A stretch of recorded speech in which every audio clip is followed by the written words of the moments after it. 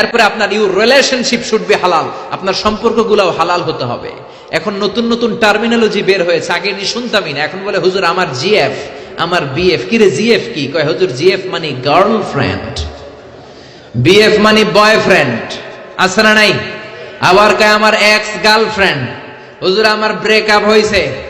আবার কয় হুজুর ক্রাশ খাইছে, ক্রাশ, আছে না নাই? ওই যে পোলাপান হাসে, মুরব্বীরা বুঝে নাই। আহা, এগুলো করা যাবে? এই জন্য আপনার যে সম্পর্কটা, প্রেম করতে মনে চায়, বিয়ে করার পরে বউর সাথে প্রেম করবা, সব আছে না নাই? আপনি আপনার হাতটা বিবির হাতের সাথে মিলালে 2 হাতের সগীরা গুনাহ মাফ করে দেয় কে? আপনার বিবির চেহারার দিকে তাকালে চোখের সগীরা গুনাহ মাফ করে দেয় কে?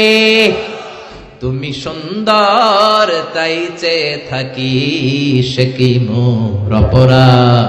বিবির দিকে, স্ত্রীর দিকে তাকাইয়া সুন্দরী বলে অপরাধ নাই, কিন্তু শালীরে সুন্দর বললে অপরাধ আছে না নাই? ভাবিরে সুন্দর বললে অপরাধ আছে না নাই? চাচাতো বোন, কাজিনদের দিকে তাকাইয়া সুন্দর বললে অপরাধ আছে না নাই? এজন্য ইউর রিলেশনশিপ শুড বি হালাল। ছেলে মেয়েদেরকে আগে বিয়ে করায় দেন। মালয়েশিয়াতে আমরা একটা ক্যাম্পেইন করি, টাইমলি ম্যারেজ ক্যাম্পেইন। আমি দেখেছি অনেকে এটার সাথে জড়িত।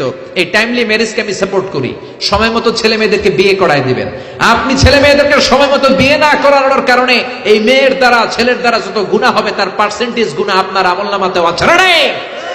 এজন্য ইসলাম বলে ইউর রিলেশনশিপ শুড বি হালাল। তোমার সম্পর্কটা হতে হবে হালাল সম্পর্ক। বিবাহ বহির্ভূত ইল্লিগাল ম্যারেজ সিস্টেমে কোনো সম্পর্ক ইসলামে জায়েজ নাই, হারাম। চিল্লা এখন ঠিক কিনা? এরপর ইসলাম বলে ইউর এন্টারটেইনমেন্ট শুড বি হালাল। আপনি যে বিনোদন নেবেন, ইসলাম বিনোদনেও বাধা দেয় না, তবে আপনার বিনোদনটা সুস্থ বিনোদন হতে হবে, আপনার বিনোদনটা হালাল বিনোদন হতে হবে। এখন টেলিভিশনের মধ্যে মেয়েদের রেসলিং খেলা আছে না নাই? কোন মুসলমান মেয়েদের রেসলিং খেলা দেখতে পারে নাকি? আবার ক্রিকেট খেলার মাঝখানে ছক্কা মারলে চিয়ার গার্লসরা দুম্মা চলে দুম বলে নাচানাচি শুরু করে, আছে না নাই? যেই খেলার মাঝখানে ছক্কা মারলে উলঙ্গ মেয়েরা নাচে, ওই খেলাও মুসলমানরা দেখতে পারে না। চিল্লা এখন ঠিক না? এজন্য আমাদের কালচার হবে ইউনিক। হারাম কোন ধরনের বিনোদন মুসলমান গ্রহণ করতে পারে না। মুসলমান গ্রহণ করবে হালাল বিনোদন। তার মানে ইউর ফুড শুড বি হালাল, ইউর ড্রিঙ্ক শুড বি হালাল, ইউর ইনকাম শুড বি হালাল, ইউর রিলেশনশিপ শুড বি হালাল, ইউর এন্টারটেইনমেন্ট, আপনার বিনোদন শুড বি হালাল। আমাদের পুরো জীবনের অঙ্গনটারে হালাল দিয়ে সাজাইতে হবে। রাজি আছে মুসলমান?